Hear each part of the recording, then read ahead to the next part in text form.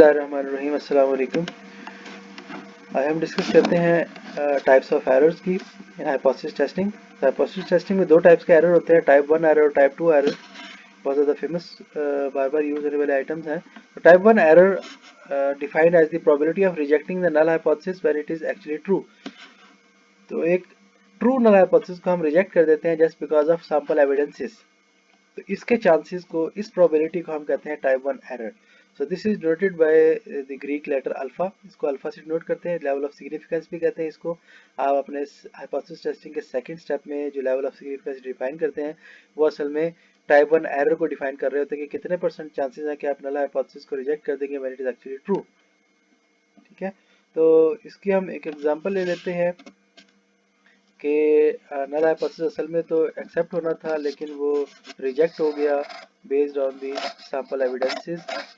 वो ये कि फर्स्ट सपोज आपने कुछ मशीनरीज परचेज की, कुछ आइटम्स परचेज किए, इलेक्ट्रॉनिक आइटम्स परचेज करने हैं आपने। ठीक है,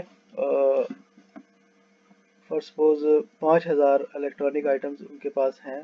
फर्स्ट सपोज मोबाइल, हमारे पास कुछ कोई भी आइटम ले लेते हैं, ड्रिल मशीन ले लेते हैं।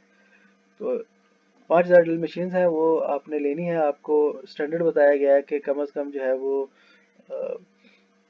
5% मशीनरी, अगर ड्रिल मशीन ख़राब होंगी तो हम एक्सेप्ट कर लेंगे। अगर 5% से ज़्यादा मशीनें ख़राब निकल आई ना तो फिर हम ये कंसाइनमेंट नहीं लेंगे। तो रैंडमली जो है वो आपने 10 ड्रिल मशीन्स निकाली और उनको चेक किया।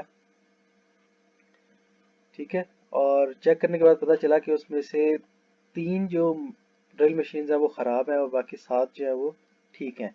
तो आपने परसेंटेज कैलकुलेट की तो पता चला कि 30% मशीनें जो है वो ख़राब निकली हैं और 70% ठीक निकली हैं। और आपका स्टैंडर्ड था कि 5% मशीनें ख़राब होनी चाहिए, इससे ज़्यादा ख़राब हुई तो हम ये कंसाइनमेंट नहीं लेंगे। तो आपने उस कंसाइनमेंट को रिजेक्ट कर दिया। ठीक है, अब पता चला कि उस पूरी 5000 की कंसाइनमेंट में ये सिर्फ 3 मशीनें ख़राब थी जो आपके सैंपल में आ गई। ठीक है, तो 5000 का 3 को 5000 पे डिवाइड करें तो ये प्रोपोर्शन तो 5% से कम बनता है। असल में ये ट्रू था कि नल हाइपोथेसिस आपका ट्रू था, लेकिन आपने सैंपल एविडेंसेस के बेसिस पे इसे रिजेक्ट कर दिया। तो इस टाइप के एरर को टाइप 1 एरर कहा जाता है।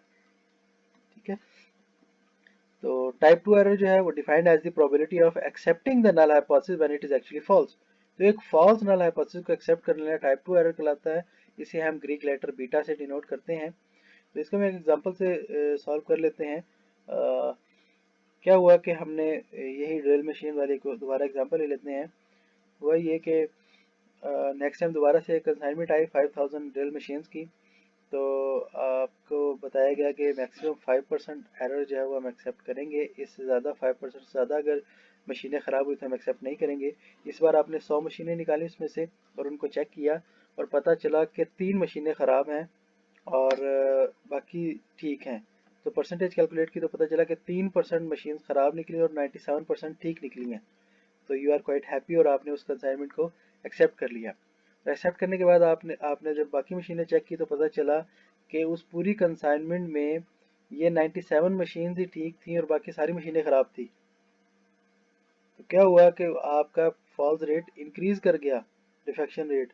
तो you have accepted a false null hypothesis based on sample evidences. तो इस टाइप के एरर को हम बीटा कहते हैं, टाइप 2 एरर कहते हैं। शुक्रिया, धन्यवाद एंड थैंक यू।